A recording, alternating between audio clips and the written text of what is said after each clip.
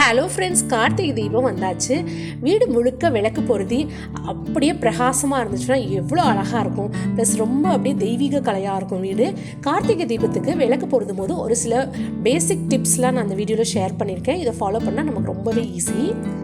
புது கார்த்திகை சட்டி வாங்கிட்டு வந்ததுக்கப்புறமா அதை தண்ணியில் ஒரு நைட் ஃபுல்லாக ஊற வச்சிடணும். ஸோ இந்த மாதிரி நல்லா ஊறின விளக்கில் எண்ணெய் குடிக்க சான்ஸே இல்லை. இப்போ ஒரு நைட் ஃபுல்லாக ஊறிடுச்சு.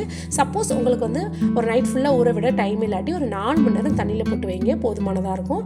இந்த ஊறின விளக்கை எடுத்து ஒரு காட்டன் துணி வச்சு தொடச்சி அதுக்கப்புறம் நிழலில் உலர்த்தி காய வச்சிடலாம். இப்போ விளக்கு ரெடியாக இருக்குது. இதில் மஞ்சள் குங்குமம் வைக்கலாம்.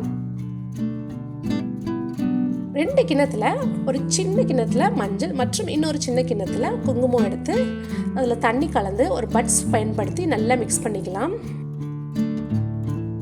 மிக்ஸ் பண்ண மஞ்சள் குங்குமத்தை விளக்குக்கு அழகாக அப்படி வச்சுக்கலாம். இந்த மாதிரி பட்ஸ் பயன்படுத்தி விளக்குக்கு மஞ்சள் குங்குமம் வைக்கும் போது நம்ம கையில் கலர் படாமல் இருக்கும். அது மட்டும் இல்லாமல் கீழேயும் கொட்டாமல் சிந்தாமல் இருக்கும். வேகமாக நம்ம விளக்குக்கு வச்சு முடிச்சிடலாம் இந்த மெத்தட் ஃபாலோ பண்ணோன்னா.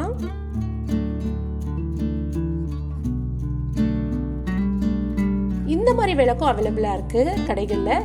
இது நம்ம சென்டரில் திரி போட்டு விளக்கு போடுதும் போது ரொம்பவே அழகாக இருக்கும்.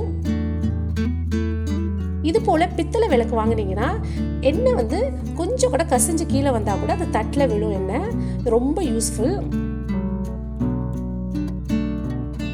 எல்லா விளக்குக்கும் மஞ்சள் குங்குமம் வச்சு ரெடி பண்ணியாச்சு. இப்போ திரி போட ஆரம்பிச்சிடலாம். திரி கடைகளில் விற்கிறாங்க, பட் இருந்தாலும் நம்ம கையால் திரி தயாரிக்கிறது ரொம்பவே விசேஷம்.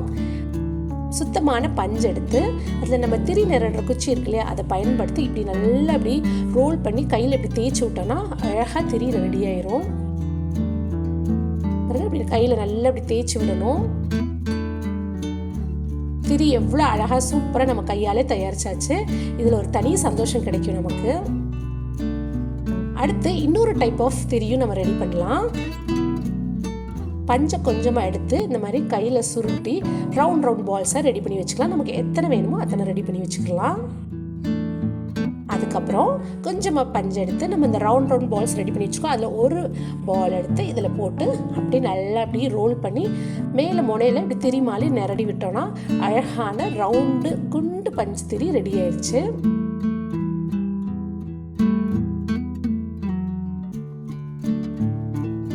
இது போல எல்லா திரியும் ரெடி பண்ணி வச்சுக்கலாம்.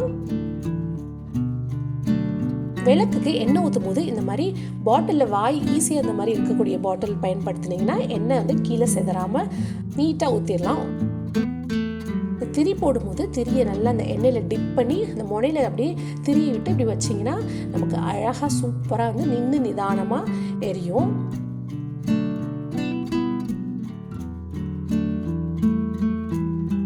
எல்லா விளக்குக்கும் திரி போட்டாச்சு. இப்போ ஒரு பிளேட்டில் எடுத்து வச்சுக்கிட்டோம்னா நம்ம எந்தெந்த இடத்துல கொண்டு போய் விளக்கு வைக்கணுமோ அப்போ ரொம்ப ஈஸியாக இருக்கும். ஒரு சொட்டு எண்ணெய் கீழே பட்டுட்டு இருந்துச்சு இல்லையா, அதை எப்படி க்ளீன் பண்ணுறேன்னா வீட்டில் அரிசி மாவோ இல்லை கோதுமை மாவோ ஏதாவது ஒரு மாவு இருந்துச்சுன்னா கொஞ்சமாக போட்டு இப்படி கையில் தேய்ச்சி எடுத்திங்கன்னா சூப்பராக போயிடும். அதுக்கப்புறம் ஒரு ஈர துணி வச்சு தொடச்சி எடுத்தோன்னா அந்த இடமே பிசுப்பு தன்மை இல்லாமல் நல்லா சுத்தமாக நீட்டாக இருக்கும்.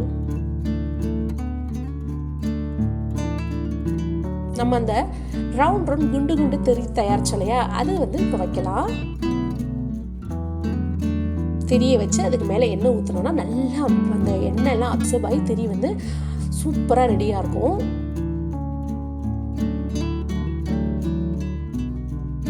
இப்போ நம்ம விளக்கு பொருத்த ஆரம்பிச்சிடலாம்.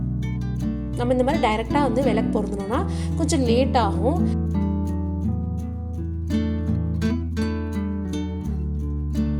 ஈஸியாக டக்குன்னு ஒரு குச்சியிலேயே எல்லா விளக்கையும் பொருத்தணும்னு நினச்சோன்னா இந்த மாதிரி கற்பூரத்தை பொடியாக்கி அந்த விளக்கோட திரியில் எட்ஜில் இப்படி நல்லா தடவி விட்டோன்னா சீக்கிரமாக விளக்கு பொருத்திடலாம். 5 நிமிஷத்துலேயே எத்தனை விளக்கு வேணாலும் நம்ம பொருத்தலாம். பாருங்கள் எவ்வளோ ஈஸியாக இருக்குது. திரி நெருடுற குச்சியை பயன்படுத்தி நம்ம அழகாக அட்ஜஸ்ட் பண்ணிக்கலாம். இந்த திரி நெருடுற குச்சி பூஜை சாமான் வாங்குற கடையில் கிடைக்கும். பித்தளை குச்சி தான் அது. பித்தளையால் செய்யப்பட்டது. ஒரு குச்சி 10 ரூபா. விளக்கெலாம் சூப்பராக ரெடி பண்ணியாச்சு.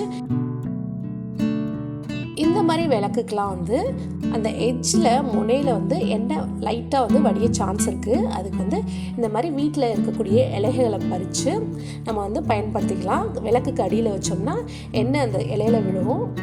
ரொம்ப யூஸ்ஃபுல்லான டிப் இது. இலை வந்து நான் வந்து ஜாக் ஃப்ரூட் இலை வச்சுருக்கேன். நீங்கள் செம்பருத்தி இலை, வீட்டில் என்ன செடி வளர்க்குறீங்களோ கொஞ்சம் பெரிய இலையாக பறித்து வைக்கலாம்.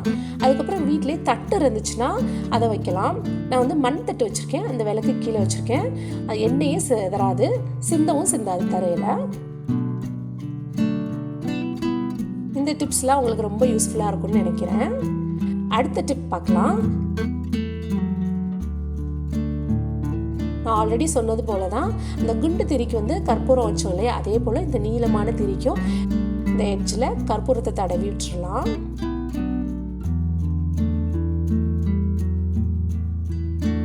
இப்போ பாருங்க, டக்கு டக்குன்னு ஈஸியாக விளக்கு பொருத்த முடியுது. விளக்கு பொருந்ததுக்கப்புறமா வீட்டுக்குள்ளே இருக்க விளக்குலாம் வந்து நம்ம ஃபேன் எதுவும் போடாமல் அந்த விளக்கை வந்து பிரகாசமாக எரிய விடலாம். பட் வீட்டுக்கு வெளியே வந்து மெயின் டோர் வாசல்லாம் வைக்கிற விளக்கு வந்து காற்றுல அணைய சான்ஸ் இருக்குது. இந்த மாதிரி கொட்டாங்கச்சி பயன்படுத்தினோம்னா எவ்வளோ காற்று புயல் அடித்தாலும் இந்த கொட்டாங்கச்சிக்குள்ளே இருக்க விளக்கு அணையவே அணையாது.